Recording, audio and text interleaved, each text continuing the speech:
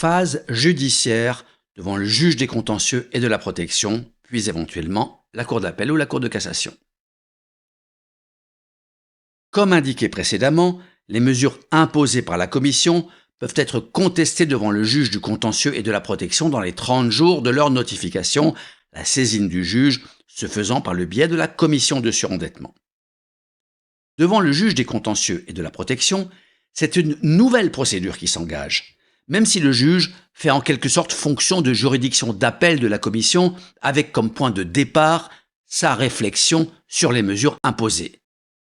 Si ces mesures ne conviennent pas au débiteur, par exemple parce qu'on veut lui faire vendre un bien immobilier ou même mobilier comme un véhicule qu'il estime indispensable à son travail, ou parce qu'il considère que les mesures imposées par la commission sont trop lourdes eu égard à sa situation ou à ses capacités, alors il aura intérêt à saisir le juge.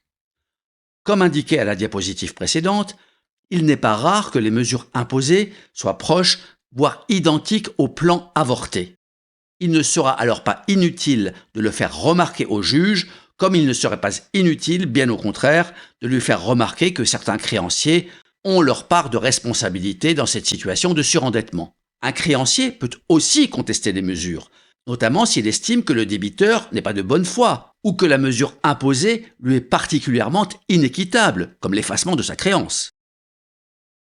Les mesures judiciaires sont soumises aux mêmes limitations que celles s'imposant à la commission. Remboursement sur 7 ans, sauf crédit immobilier pour la résidence principale, moratoire de 2 ans, rétablissement personnel avec l'accord du débiteur. Ce sera l'objet du chapitre suivant. En matière de surendettement, l'avocat n'est jamais obligatoire, même en appel ou en cassation. Il est donc possible de contester le jugement du juge des contentieux et de la protection, notamment si on lui reproche ce qu'on a peut-être déjà reproché vainement à la commission. Mais il va de soi que le débiteur aura fortement intérêt à prendre un avocat, à constituer avocat, même au stade du juge du contentieux et de la protection, en particulier si l'enjeu est important. Quant à se défendre seul devant une cour d'appel, devant des juges qui sont habitués à avoir des avocats comme interlocuteurs, ce n'est pas forcément la meilleure idée. Et que dire de la Cour de cassation si l'on veut remettre en cause l'arrêt de la Cour d'appel? Rappelons que cette Cour est un juge du droit et non du fond, et qu'il faudrait donc démontrer que la Cour d'appel n'a pas respecté la loi.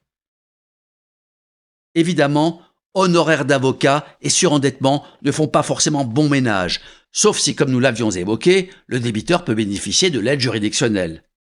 Mais il sera peut-être délicat de glisser sa facture d'honoraires dans la procédure de surendettement, surtout si on en réclame l'effacement. La prise en compte de l'attitude des créanciers. Nous avons vu les étapes de la procédure, du dépôt du dossier jusqu'à un éventuel pourvoi en cassation.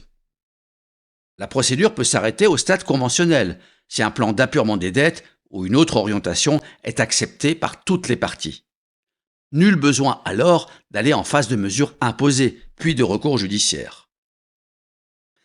Voyons à présent l'orientation du dossier et les mesures qui pourront être prises pour régler ou tenter de régler globalement et durablement la situation de surendettement. Mais d'abord, penchons-nous sur un point qui gagnerait à être souvent mis en évidence, tant devant la commission que devant le juge en cas de recours. Il peut avoir un impact important sur l'orientation du dossier et l'issue de la procédure.